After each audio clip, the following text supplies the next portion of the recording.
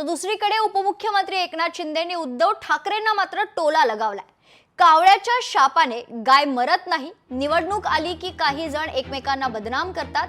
जिनके घर शीशे के होते हैं वो दूसरों के घर पर पत्थर नहीं मारते। एकनाथ शिंदेंनी आदित्य ठाकरेंवरही निशाणा साधलाय। बीच कॉम्परला ट्रॅक्टर म्हणणाऱ्यांना काय बोलणार? एकनाथ शिंदेंचा आदित्य ठाकरेंना टोला पाहायला मिळतोय।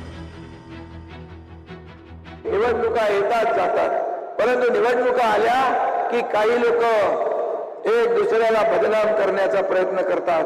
पण खुद के गिरेबान में झांक के देखो, जिनके घर शीशे के होते हैं वो दूसरे के घरों पर पत्थर नहीं फेंका करते।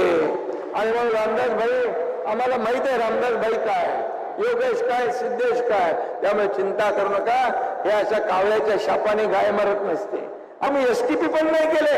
अरे प्रदूषित पाणी, काळं पाणी समुद्रात सोडताय, समुद्र प्रदूषित केला गेले 15-20 वर्ष। या एकनाथ शिंदेने मुख्यमंत्री झाल्यानंतर पहिले काम केलं एसटीपीचं बीच कॉम्बर आम्ही वापरलं। आम्हाला माहित आहे ट्रॉलर लावून साफ होत नाही, बीच कॉम्बर पण माहित नाही ज्यांना, ते टीका करतायत। लोकशाही मराठी ऐका, पहा, जागरूक रहा।